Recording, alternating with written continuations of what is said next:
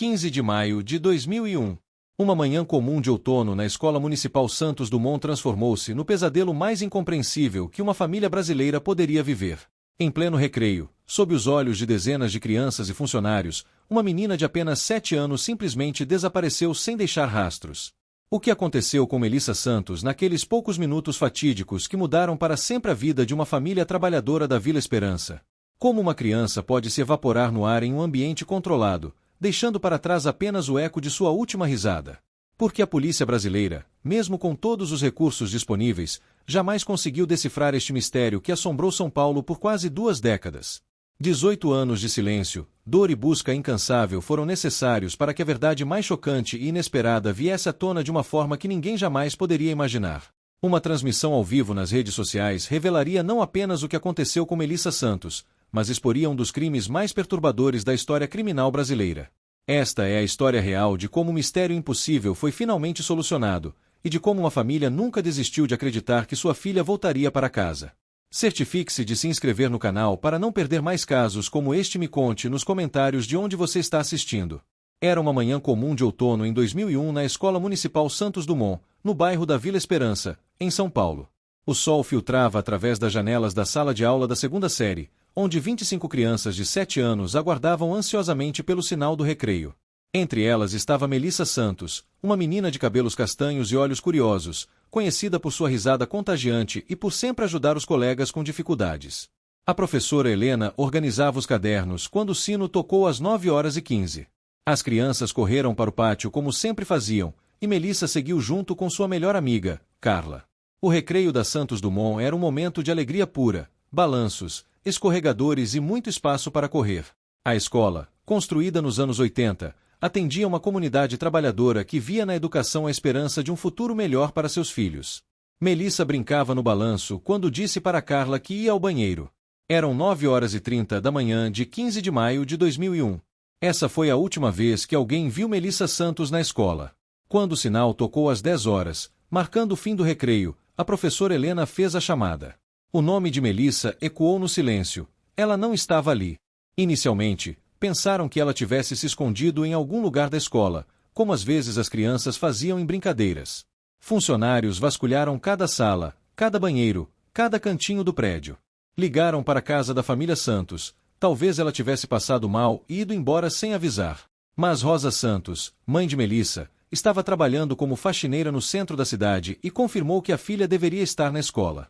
O desespero tomou conta da escola quando perceberam que Melissa havia simplesmente desaparecido.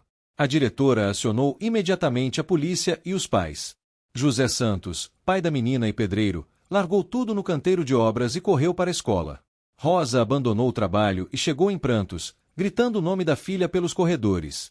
A Polícia Civil chegou por volta das 11h30. O delegado responsável pelo caso era Marcos Ferreira, um homem experiente que havia lidado com diversos casos de desaparecimento. Ele organizou uma busca sistemática, começando pela escola e expandindo para o bairro. Vizinhos se juntaram à procura. Cartazes com a foto sorridente de Melissa foram espalhados por toda a Vila Esperança. Mas algo não fazia sentido. Como uma criança de 7 anos poderia simplesmente desaparecer de uma escola em pleno recreio? Os portões estavam fechados, havia funcionários de plantão, e outras crianças brincavam no mesmo pátio. Era como se Melissa tivesse se dissolvido no ar, deixando para trás apenas o eco de sua última risada e o vazio insuportável de uma ausência inexplicável. Os primeiros dias após o desaparecimento de Melissa foram marcados por uma mobilização sem precedentes na Vila Esperança. O delegado Marcos Ferreira estabeleceu um protocolo rigoroso de investigação, começando com o interrogatório de todas as crianças que estavam no recreio naquela manhã. Cada depoimento infantil era cuidadosamente anotado, por mais fragmentado que parecesse. Carla, a melhor amiga de Melissa, foi uma das primeiras a ser ouvida. Entre lágrimas, ela repetia que Melissa havia dito que ia ao banheiro e nunca mais voltou. Outras crianças mencionaram ter visto Melissa perto dos banheiros, mas ninguém conseguia precisar o horário exato ou fornecer detalhes mais específicos. A investigação revelou uma falha crucial na segurança da escola. Não havia funcionários designados especificamente para supervisionar a área dos banheiros durante o recreio. A escola possuía 2 entradas, a principal, sempre vigiada pelo porteiro seu Antônio, e uma lateral que dava acesso ao pátio de serviços, utilizada para entregas e manutenção. Esta segunda entrada permanecia destrancada durante o horário escolar para facilitar o trabalho dos funcionários. O delegado Ferreira identificou imediatamente esta como uma possível rota de fuga para um sequestrador. Os pais de Melissa, Rosa e José Santos, viviam um pesadelo. Rosa, uma mulher de 32 anos que trabalhava incansavelmente para sustentar a família, não conseguia dormir nem comer. José, homem de poucas palavras mas de grande coração, organizava grupos de busca que vasculhavam terrenos baldios, construções abandonadas e qualquer lugar onde uma criança pudesse estar escondida. A comunidade se uniu como nunca antes, comerciantes ofereciam recompensas, igrejas faziam correntes de oração, e voluntários distribuíam panfletos em toda a cidade. A investigação policial seguia múltiplas linhas. Verificaram-se todos os funcionários da escola, desde professores até faxineiros e vigias. Investigaram familiares, conhecidos da família Santos, e pessoas com histórico criminal na região. Câmeras de segurança de estabelecimentos próximos foram analisadas, mas a tecnologia de 2001 era limitada e a qualidade das imagens, precária. Uma pista surgiu no terceiro dia. Uma vizinha da escola, Dona Maria, relatou ter visto um homem estranho rondando a área nos dias anteriores ao desaparecimento. Ela o descreveu como alguém de meia idade, com barba por fazer, dirigindo um carro escuro. Infelizmente, ela não conseguiu fornecer mais detalhes, não anotou a placa, não lembrava da marca do veículo, e a descrição física era genérica demais para ser útil. A imprensa local começou a dar cobertura ao caso. O jornal da região estampou na primeira página: menina de 7 anos desaparece de escola em pleno recreio. A história tocou o coração de muitos paulistanos, e doações começaram a chegar para ajudar a família Santos com os custos da busca. Mas apesar de toda a mobilização, de todos os esforços, Melissa Santos continuava desaparecida, como se tivesse sido engolida pela terra. 3 semanas após o desaparecimento de Melissa, a investigação começou a dar sinais de esgotamento. O delegado Marcos Ferreira havia seguido todas as pistas possíveis, interrogou dezenas de pessoas, vasculhou centenas de locais, analisou cada pedaço de evidência disponível. Mas não havia nada concreto, nenhuma prova física, nenhuma testemunha confiável que pudesse indicar o que realmente aconteceu com a menina. A rotina na Escola Municipal Santos Dumont mudou drasticamente. Novos protocolos de segurança foram implementados, funcionários adicionais foram contratados para supervisionar o recreio, todas as entradas passaram a ser rigorosamente controladas, e as crianças não podiam mais ir sozinhas ao banheiro. O medo havia se instalado na comunidade escolar. Pais passaram a buscar seus filhos mais cedo, alguns transferiram as crianças para outras escolas, e o clima de desconfiança pairava sobre todos. Rosa Santos desenvolveu uma rotina obsessiva de busca. Todos os dias, após o trabalho, ela caminhava pelas ruas do bairro gritando o nome da filha, distribuindo panfletos, conversando com moradores de rua, verificando cada canto onde uma criança pudesse estar escondida. José tentava convencê-la a descansar, mas Rosa não conseguia parar. A culpa a consumia. Por que havia mandado Melissa para a escola naquele dia? Por que não a havia acompanhado até a porta da sala? A mídia, inicialmente interessada no caso, começou a reduzir a cobertura. Outros eventos tomaram as manchetes, e o desaparecimento de Melissa foi gradualmente sendo esquecido pelo público geral. Apenas a comunidade da Vila Esperança mantinha viva a memória da menina e a esperança de encontrá-la. O delegado Ferreira, pressionado por outros casos que surgiam constantemente, foi obrigado a reduzir o número de investigadores dedicados ao caso Melissa. A realidade cruel do sistema policial brasileiro se mostrava. Sem pistas concretas e com recursos limitados, casos de desaparecimento acabavam sendo arquivados como em andamento, mas na prática, ficavam esquecidos nas gavetas das delegacias. Um episódio marcante ocorreu no segundo mês após o desaparecimento. Uma mulher ligou para a delegacia afirmando ter visto Melissa em um shopping do centro de São Paulo. Rosa e José correram até lá, acompanhados de policiais, apenas para descobrir que se tratava de outra criança com características similares. O desapontamento foi devastador, mas não destruiu completamente a esperança do casal. A família Santos enfrentava também dificuldades financeiras. Rosa havia perdido dias de trabalho para participar das buscas, e José gastara suas economias contratando um detetive particular que não conseguiu descobrir nada além do que a polícia já havia investigado. Amigos e vizinhos organizaram uma rifa para ajudar com as despesas, mostrando a solidariedade que ainda existia naquela comunidade ferida. Conforme os meses passavam, o caso de Melissa Santos se transformava em mais uma estatística brasileira, uma das milhares de crianças que desaparecem todos os anos no país. Mas para Rosa e José, ela nunca seria apenas um número. Era sua filha, sua razão de viver, e eles jamais parariam de procurá-la. Os anos se arrastaram como uma ferida que nunca cicatriza completamente para a família Santos. Rosa desenvolveu uma depressão profunda que a acompanharia pelas próximas décadas. Ela mantinha o quarto de Melissa exatamente como estava no dia do desaparecimento: bonecas arrumadas na cama, roupinhas dobradas no armário, cadernos escolares sobre a mesa de estudos. José tentava convencê-la a transformar o espaço, mas Rosa se recusava categoricamente. O casal não conseguiu ter outros filhos. Rosa havia engravidado 2 vezes nos anos seguintes, mas perdeu ambos os bebês ainda no início da gestação. Os médicos atribuíram os abortos espontâneos ao estresse emocional extremo que ela vivia. José, por sua vez, mergulhou no trabalho como forma de escape, aceitando obras extras e trabalhando até altas horas para não ter que enfrentar o silêncio opressor de casa. A Escola Municipal Santos Dumont nunca mais foi a mesma. A professora Helena, que estava na sala de Melissa no dia do desaparecimento, pediu transferência no ano seguinte. Ela não conseguia superar a sensação de culpa, mesmo sabendo racionalmente que não havia nada que pudesse ter feito diferente. Muitos outros funcionários também saíram, e a escola passou por uma completa renovação de quadro nos anos seguintes. O delegado Marcos Ferreira se aposentou em 2010, mas antes de deixar a delegacia, ele fez questão de passar o caso pessoalmente para seu sucessor. Em uma conversa reservada, ele confessou que o desaparecimento de Melissa Santos era o caso que mais o assombrava na carreira. Ele havia investigado centenas de crimes, mas nunca conseguiu aceitar que uma criança pudesse simplesmente desaparecer sem deixar rastros. A delegacia recebeu, ao longo dos anos, dezenas de denúncias anônimas sobre possíveis avistamentos de Melissa. Rosa e José investigaram cada uma delas pessoalmente.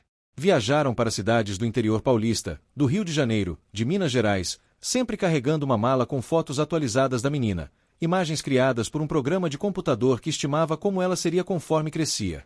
Em 2005, uma pista particularmente cruel surgiu.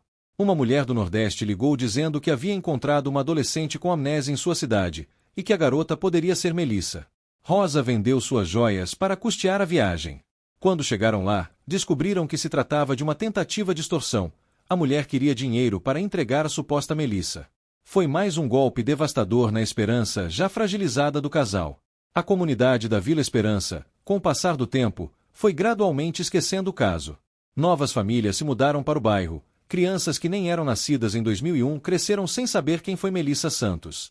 Apenas os vizinhos mais antigos ainda se lembravam da menina de cabelos castanhos que desapareceu no recreio da escola.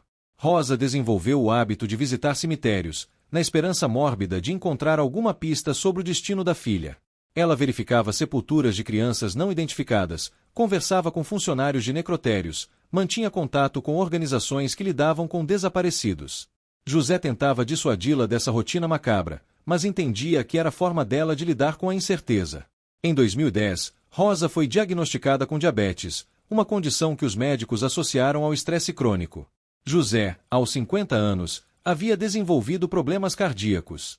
O desaparecimento de Melissa não havia levado apenas ela, estava lentamente matando seus pais também. Em 2015, 14 anos após o desaparecimento de Melissa, uma nova investigadora assumiu casos arquivados na delegacia da Vila Esperança. Fernanda Oliveira, de 28 anos, era uma policial civil recém-formada em criminologia, especializada em casos de pessoas desaparecidas. Ela havia escolhido essa área após ler sobre estatísticas alarmantes. Apenas no Brasil, mais de 80 mil pessoas desaparecem anualmente, e a maioria dos casos nunca é resolvida. Fernanda tinha uma abordagem diferente dos investigadores da velha escola. Ela utilizava tecnologia moderna, redes sociais, bancos de dados interligados e técnicas de perfilação criminal que não existiam em 2001. Quando se deparou com o arquivo do caso Melissa Santos, algo naqueles documentos amarelados chamou sua atenção. Não era apenas mais um caso arquivado, havia algo sobre aquele desaparecimento que não fazia sentido. A jovem investigadora decidiu revisitar todo o material disponível. Ela digitalizou documentos, criou um mapa digital dos locais investigados e começou a aplicar técnicas modernas de análise criminal. Uma das primeiras coisas que notou foi a descrição do homem suspeito mencionado pela vizinha Dona Maria, um indivíduo de meia-idade com barba por fazer, dirigindo um carro escuro. Fernanda cruzou essa descrição com bancos de dados de pedófilos conhecidos que atuavam na região de São Paulo em 2001. Para sua surpresa, encontrou 3 indivíduos que se encaixavam no perfil e tinham histórico de crimes contra crianças. 2 deles haviam morrido nos anos seguintes, mas o terceiro, Roberto Silva, de 65 anos, ainda estava vivo e morava em uma cidade do interior paulista. A investigadora decidiu visitar Rosa e José Santos antes de prosseguir com qualquer ação. Ela precisava entender o impacto que uma reabertura do caso poderia ter sobre a família. Quando chegou à casa dos Santos, ficou chocada com o que encontrou. Rosa, agora com 46 anos, parecia ter 70. O sofrimento havia envelhecido seu rosto prematuramente, e ela ainda mantinha o quarto de Melissa intocado. José recebeu Fernanda com ceticismo. Ao longo dos anos, dezenas de pessoas haviam prometido ajudar a encontrar Melissa, detetives particulares, jornalistas, curiosos, charlatães. Todas haviam falhado, e cada esperança destruída machucava mais que a anterior. Mas havia algo diferente na jovem investigadora. Ela não fazia promessas vazias, não oferecia falsas esperanças. Ela simplesmente disse que havia encontrado uma nova linha de investigação e perguntou se eles gostariam que ela prosseguisse. Rosa, que durante anos havia se apegado a qualquer possibilidade de encontrar a filha, surpreendentemente hesitou. Ela havia aprendido a conviver com a dor, havia construído uma rotina ao redor da ausência de Melissa. Reabrir o caso significava reviver todo o trauma, mas também significava uma nova chance de descobrir a verdade. Fernanda explicou que tecnologias modernas permitiam investigações muito mais precisas que em 2001. DNA avançado, reconhecimento facial por computador, análise de padrões comportamentais, cruzamento de dados em tempo real, todas eram ferramentas que não existiam na época do desaparecimento. Se Melissa ainda estivesse viva, havia uma chance real de encontrá-la. A reunião terminou com uma decisão. Fernanda teria autorização total da família para reabrir o caso, mas deveria manter contato constante e ser transparente sobre cada passo da investigação. Rosa e José não suportariam mais uma decepção cruel, mas também não conseguiam viver com a possibilidade de que a verdade sobre Melissa estivesse ao alcance e eles a deixassem escapar. Fernanda começou sua investigação revisitada de forma sistemática. Ela criou uma linha temporal digital de todos os eventos relacionados ao caso, mapeou digitalmente a escola e seus arredores, e começou a aplicar técnicas de geolocalização que não existiam em 2001. Seu primeiro foco foi Roberto Silva, o homem de 65 anos que se encaixava na descrição do suspeito mencionado pela vizinha. Roberto havia sido preso 3 vezes por crimes contra menores entre 1998 e 2003. Em 2001, ano do desaparecimento de Melissa, ele estava em liberdade condicional e morava a apenas 15 quilômetros da Escola Municipal Santos Dumont. Seus registros criminais mostravam um padrão perturbador. Ele tinha preferência por meninas entre 6 e 10 anos, sempre agia sozinho, e utilizava veículos diferentes para não ser identificado.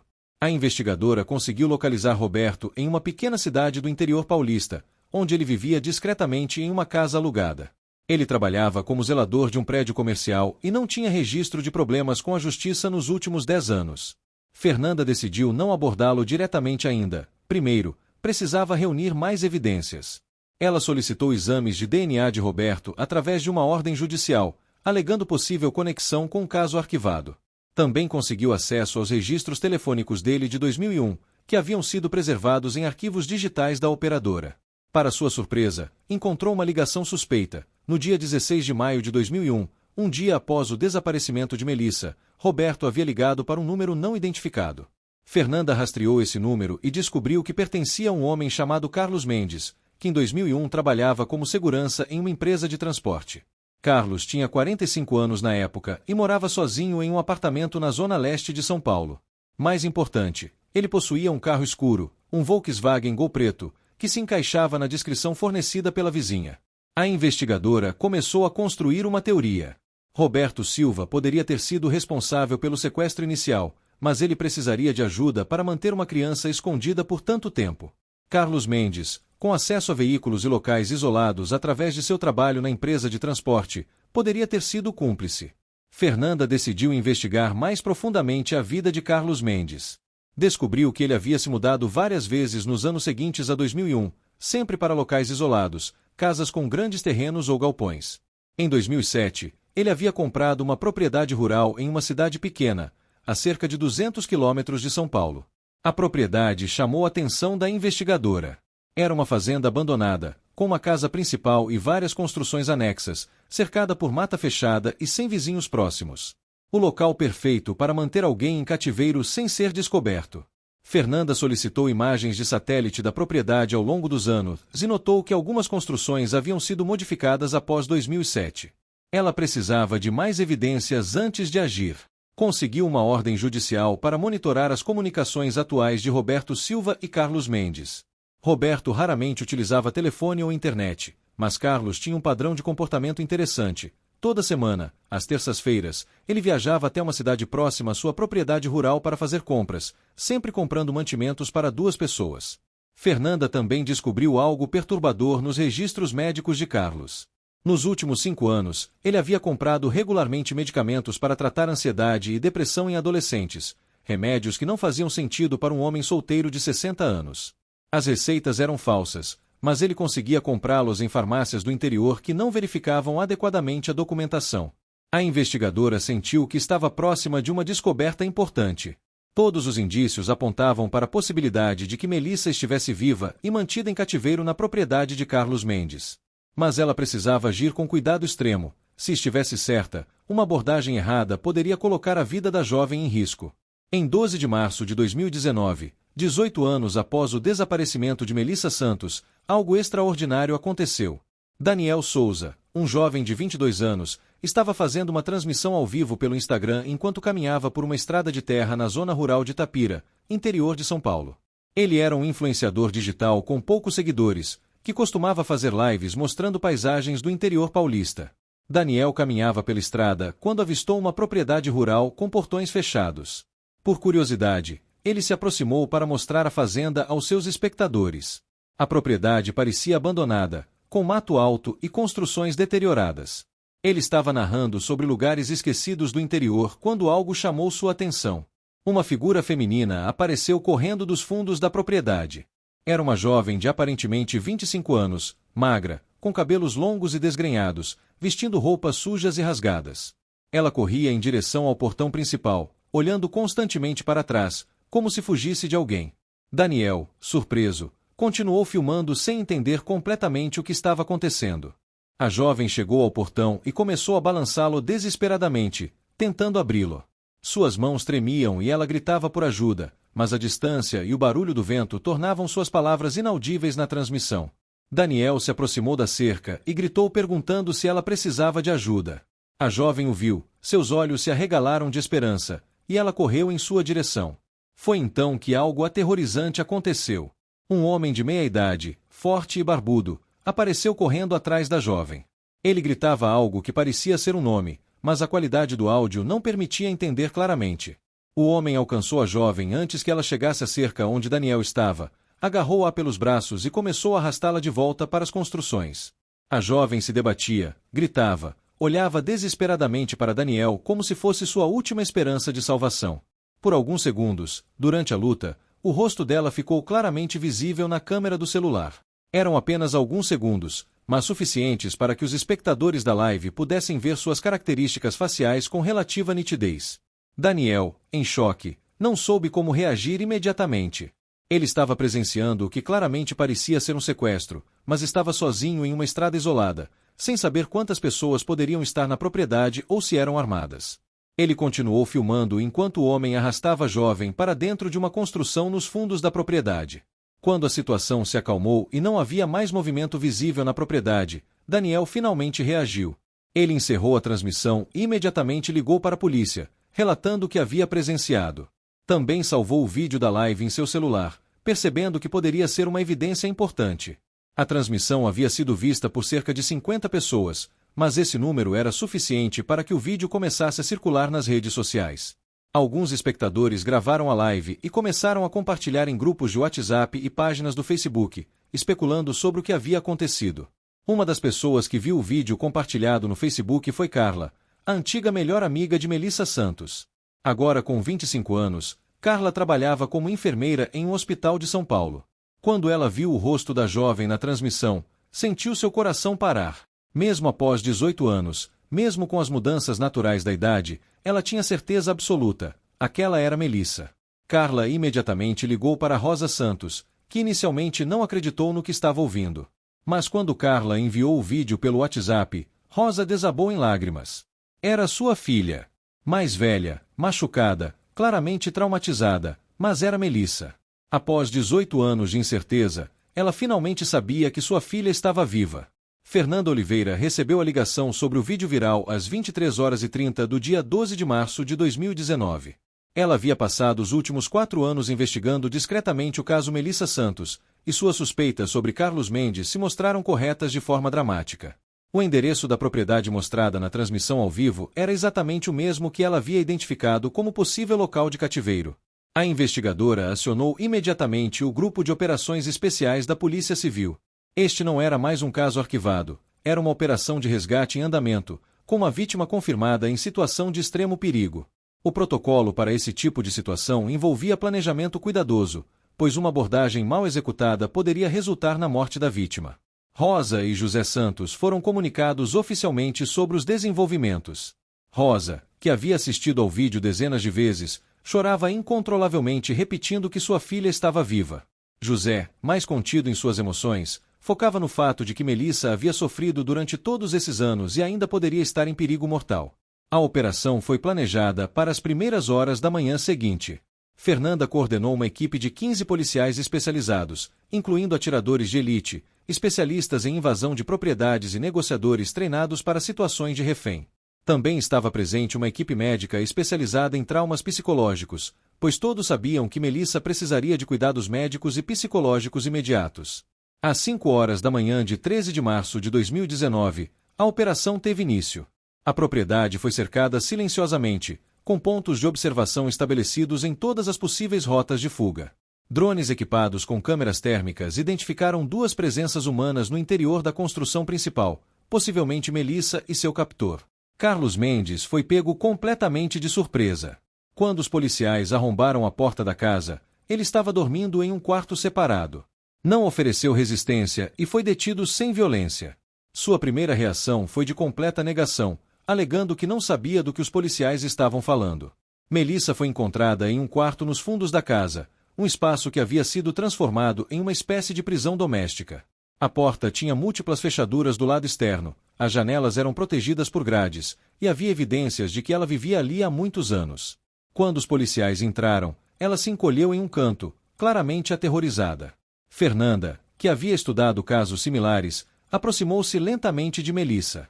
Ela se identificou como policial e repetiu várias vezes que Melissa estava segura agora, que ninguém mais a machucaria. A jovem, visivelmente desnutrida e psicologicamente abalada, demorou vários minutos para aceitar que o resgate era real. O momento mais emocionante aconteceu quando Fernanda mencionou o nome de Rosa Santos. Melissa, que havia permanecido em silêncio desde o início do resgate, sussurrou a palavra mãe pela primeira vez em 18 anos. Era a confirmação final de que a investigação havia sido bem-sucedida. Melissa foi imediatamente levada para um hospital especializado em São Paulo, escoltada por uma equipe médica e psicológica. Seu estado físico mostrava sinais de desnutrição crônica e falta de cuidados médicos adequados, mas nada que não pudesse ser tratado.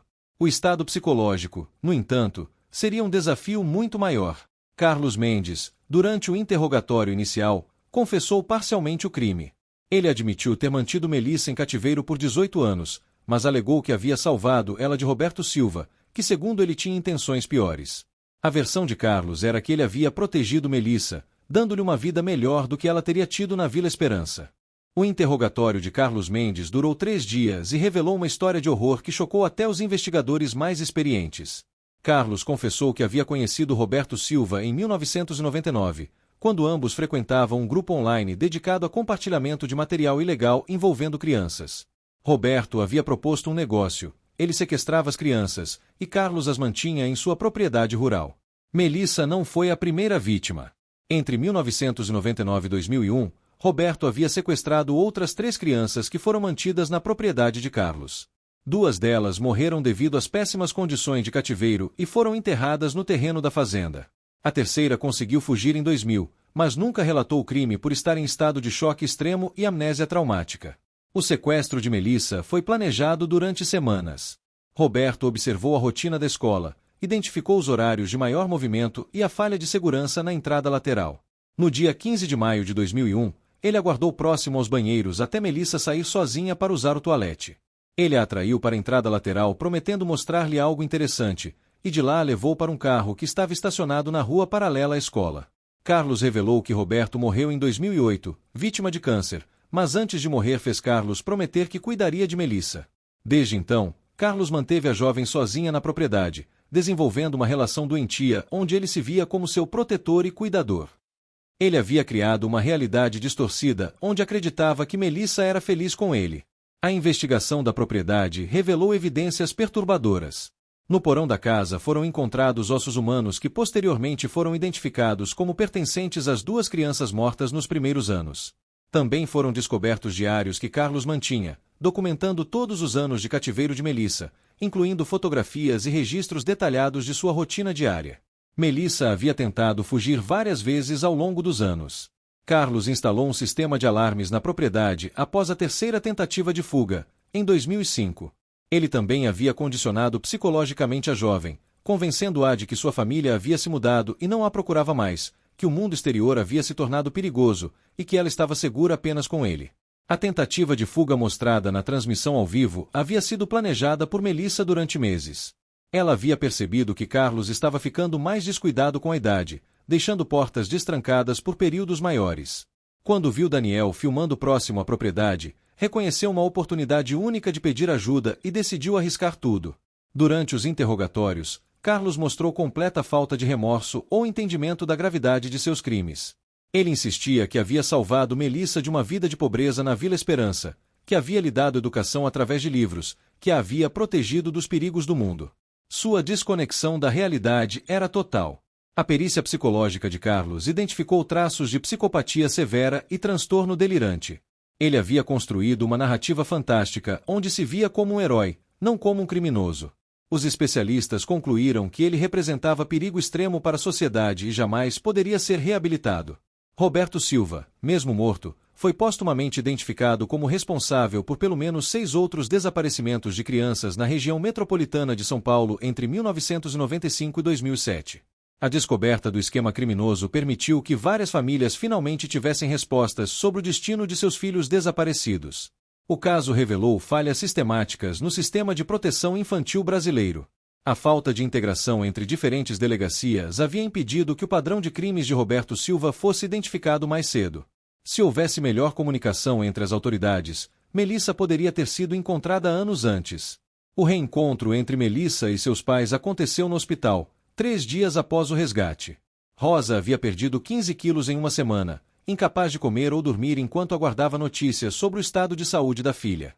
José, sempre o mais controlado emocionalmente, chorou pela primeira vez em décadas quando soube que finalmente poderia ver Melissa.